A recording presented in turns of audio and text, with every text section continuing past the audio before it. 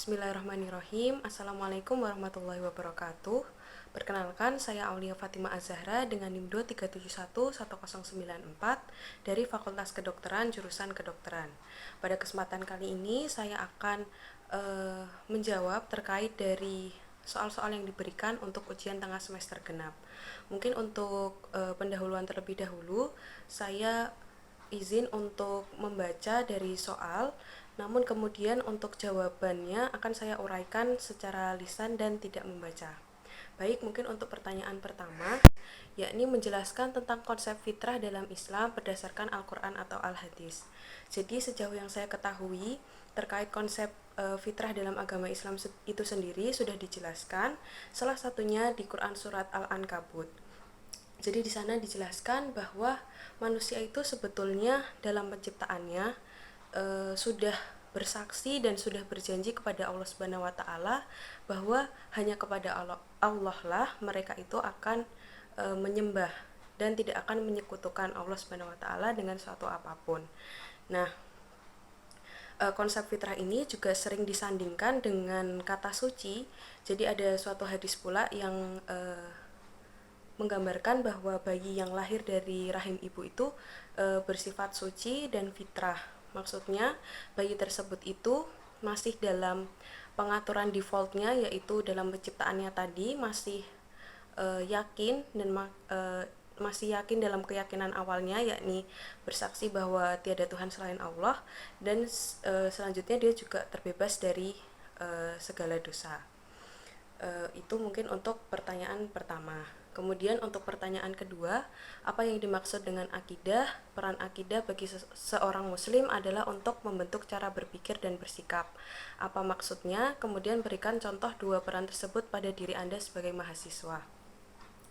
Jadi terkait dengan akidah, yang sejauh yang saya ketahui, akidah itu merupakan suatu pemikiran dan suatu keyakinan terkait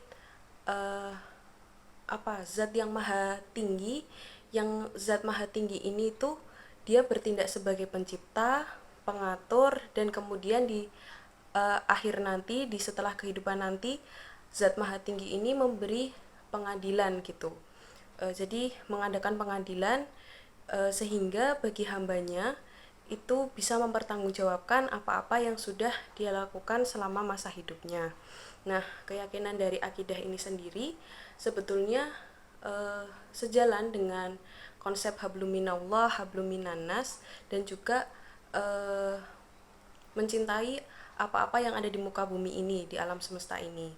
Jadi kita sebagai manusia itu kan sesungguhnya sudah dianugerahi akal yang sehat, akal yang berkapasitas tinggi. Jadi seharusnya kita sebagai manusia itu bisa berpikir dengan baik, dengan bijak atas konsekuensi apa yang akan kita dapatkan apabila di dunia ini kita tidak bertindak dengan baik, tidak beramal dengan baik, sehingga apa kira-kira yang akan kita bawa ke hadapan Allah Subhanahu wa taala nanti untuk mempertanggungjawabkan hidup kita selama ini. Kemudian contoh yang bisa saya berikan sebagai seorang mahasiswa, jadi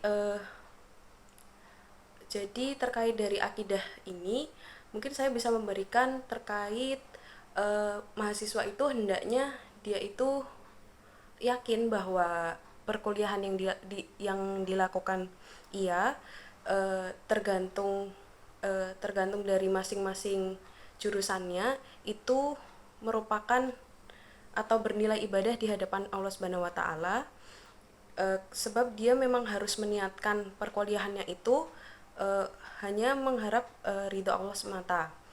Hal ini juga bisa didukung dengan keinginan mahasiswa tersebut untuk memajukan dan menghindarkan diri dan umat dari kebodohan dan keterpurukan.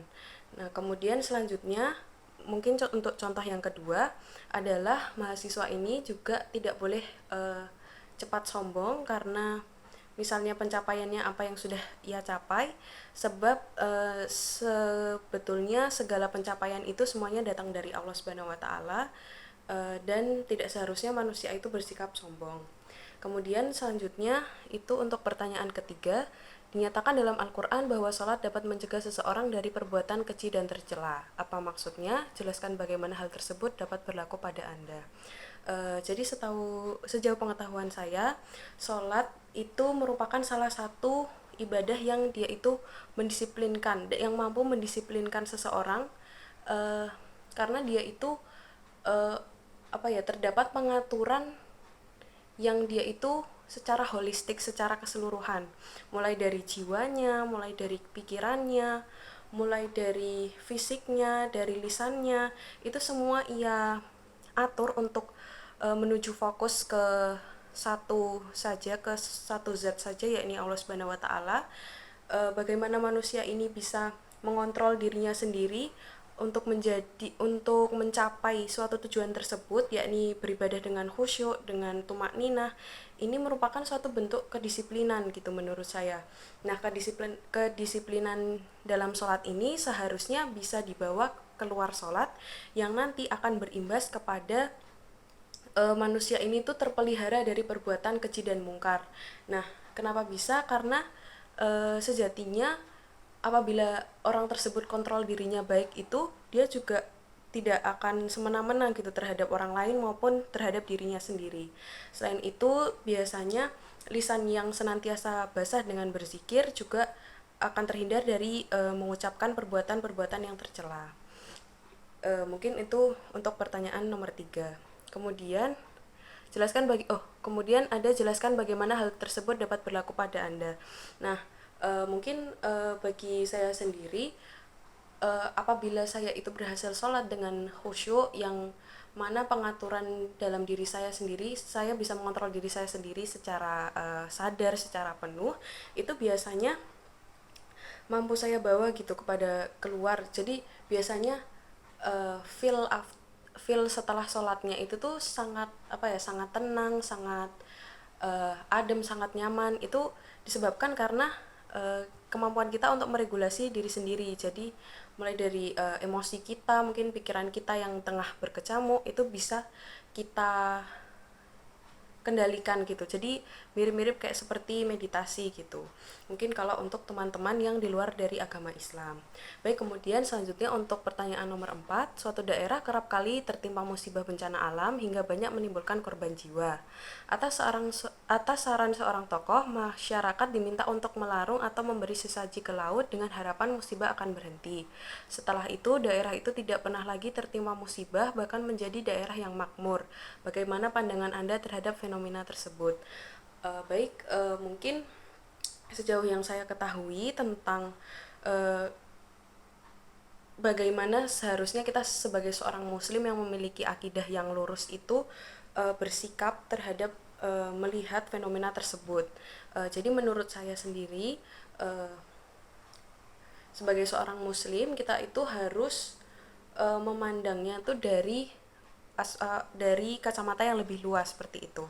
Jadi kita tidak boleh hanya terputar-putar hanya pada apabila melarung kemudian bisa selamat.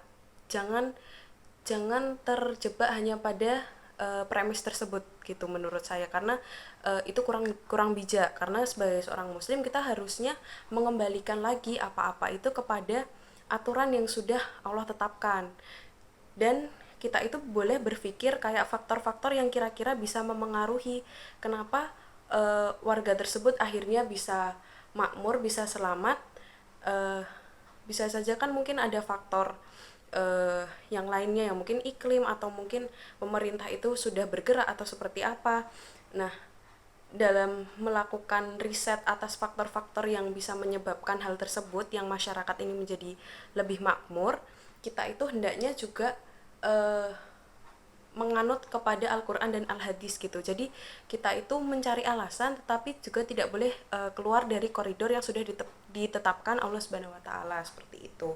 Mungkin untuk pertanyaan nomor 4 itu saja. Kemudian untuk pertanyaan nomor 5, tujuan penciptaan manusia di bumi ini adalah untuk beribadah. Jelaskan bahwa kegiatan perkuliahan yang sedang Anda jalani ini termasuk salah satu bentuk ibadah.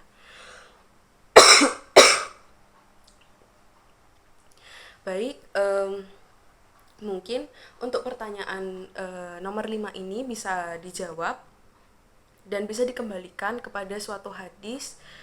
Jadi bunyinya seperti ini. Baik, bunyi hadisnya seperti ini. Innamal a'malu binniyat wa innamal likulli imri'in ma nawa. Faman kanat hijratuhu ilallahi wa rasulih fa hijratuhu ilallahi wa rasulih. Maaf. Faman kanat hijratuhu fit dunya yusibuha au imra'atin yankihuha fa hijratuhu ila ma hajara alaih. Itu saya dapatkan dari pendidikan saya dulu di pesantren saat SMP dari buku Mutafakun Alaih. Jadi di sana dijelaskan sebetulnya tafsir dari hadis ini tuh bisa dijelaskan secara tekstual, yakni hanya sebatas dari hijrah itu sendiri, jadi dibatasi memang dalam kegiatan hijrah itu sendiri maupun secara kontekstual. Jadi untuk menjawab pertanyaan nomor 5 ini terkait dari perkuliahan yang sedang saya jalani ini, apakah bisa bernilai ibadah? Kalau misalnya menggunakan hadis ini tuh bisa dijawab iya. Kenapa? Karena karena kuliah ini dia itu bisa bernilai ibadah tergantung dari niat yang saya ambil. Jadi misalnya kita ambil contoh lain dari peristiwa mandi. Jadi misalnya ketika kita mandi biasa dengan ketika misalnya kita niat untuk mandi wajib atau mandi besar, itu akan memiliki mungkin bobot pahala yang berbeda di antara keduanya, karena yang satunya dia itu bernilai ibadah karena tergantung niatnya dia mandi dan dia tuh berniat untuk membersihkan hadas-hadas besar yang ada di sekujur tubuhnya. Namun yang satunya orang ini mandi ya karena ingin mandi saja dan ingin membersihkan dirinya saja, tapi tidak ada kaitannya langsung dengan dengan ibadah seperti itu. Jadi bisa dibilang niat dan ibadah ini tuh satu kesatuan kayak gitu. Jadi kalau misalnya kita mau melakukan suatu kegiatan, kemudian kita tuh berniat untuk beribadah dan beribadah itu kan pastinya untuk mengharap ridho Allah Subhanahu wa taala. Jadi suatu kegiatan ini itu bisa bisa terbawa gitu loh sebagai dia ini bernilai suatu ibadah gitu. Walaupun pada akhirnya juga pahala itu hak prerogatif Allah Subhanahu wa taala, tapi setidaknya kita sebagai manusia sudah berikhtiar seperti itu. Mungkin untuk nomor 5 jawaban yang bisa saya berikan seperti itu. Kemudian untuk pertanyaan nomor 6, jelaskan maksud dari pernyataan belajar rajin bukan penyebab seorang mahasiswa menjadi pandai dan bekerja keras bukan penyebab seorang pengusaha menjadi kaya. Baik, mungkin jawaban yang bisa saya berikan terkait dari pertanyaan nomor 6 ini sebetulnya bisa dikembalikan lagi kepada hadis yang sudah dibacakan di pertanyaan nomor 5. Innamal a'malu binniyat wa innamal likulli imri'in ma nawa. Faman kanat hijratuhu ilallahi wa rasulih fa hijratuhu ilallahi wa rasulih wa man kanat hijratuhu fid dunya yusibuha au imra'atin yankihuha fa hijratuhu ila ma hajara alaih. Jadi mungkin kalau ditinjau dari ilmu nahwunya, kata innama itu dia bisa berarti inna dulu. Jadi kata inna itu kan artinya sesungguhnya. Jadi sesungguhnya di sini merupakan penyungguhan. Kemudian kata ma yang mengikuti innama, jadi menjadi innama. Ma di sini itu dia sebagai pengecualian atas apa-apa yang tidak mengikuti kata ma. Jadi kalau innamal a'malu binniyat, jadi ma ini tuh hanya menghususkan amal yang diikuti dengan niat gitu. Dia tidak ada indikator atau faktor-faktor lain kecuali ya dia hanya membahas tentang amal yang diikuti dengan niat. Nah, menurut jurnal juga yang sudah saya baca, jadi penggunaan innama di sini itu dia bisa pertama dia menyungguhkan, kemudian dia juga membatasi gitu dari apa-apa yang dibahas dalam hadis ini. Nah, Jadi bisa bisa ditafsirkan secara kontekstual bahwa misalnya tadi ketika mahasiswa ini rajin berkuliah kemudian ia menjadi pandai, orang ini bekerja keras kemudian ia menjadi kaya, itu sebetulnya bisa ditarik gitu dari awal, mengapa orang tersebut itu rela untuk berkuliah, kemudian mengapa seseorang tersebut rela untuk bekerja keras seperti itu. Jadi apabila orang ini niatnya untuk bekerja atau untuk berkuliah ini hanya sebatas ingin pandai, kemudian ingin kaya, itu sebetulnya Allah Subhanahu wa taala itu sudah mudahkan gitu, dan Allah Subhanahu wa taala tuh hanya cukup memberikan hamba ini tuh hal tersebut saja sesuai apa yang dia niatkan gitu. Karena ya tadi dari segi innama itu tadi. Kemudian uh, sebetulnya kalau misalnya kita pikir-pikir kan hal tersebut itu sangat rugi ya, karena kok hanya mendapatkan hal-hal yang seperti itu saja, yang misalnya kalau dalam pertanyaan tersebut tuh hanya bersifat yang duniawi saja. Nah itu sebetulnya bisa bisa di bisa dievaluasi seperti itu. Bisa dievaluasi dengan uh, bagaimana kalau misalnya kita ini berniat untuk bekerja atau berkuliah itu hanya mengharap ridha Allah Subhanahu wa taala saja. Nah,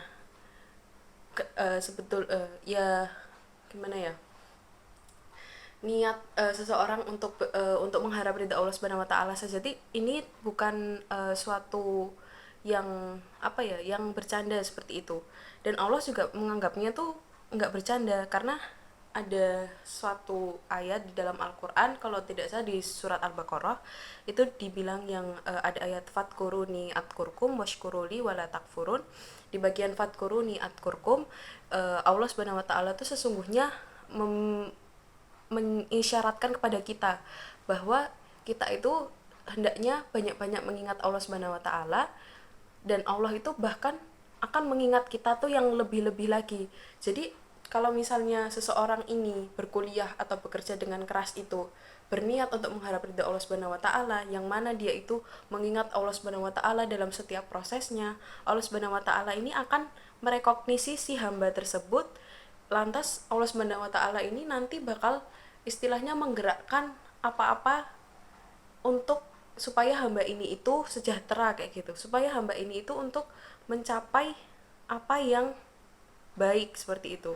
Mungkin dalam aspek duniawinya itu juga dapat, namun di aspek akhiratnya tuh juga pasti dapat. Jadi terkait dari keridhaan Allah Subhanahu wa taala dan pahala yang pasti senantiasa mengalir gitu di sisi Allah Subhanahu wa taala. Mungkin untuk jawaban nomor 6 cukup seperti itu. Baik, alhamdulillahirabbil alamin. Saya telah menjawab keseluruhan dari soal-soal ujian tengah semester genap yang telah diberikan. Saya mohon maaf sebelumnya apabila ada kata-kata yang kurang berkenan dan gerak-gerik yang kurang berkenan. Baik, mungkin saya akan akhiri. Wassalamualaikum warahmatullahi wabarakatuh.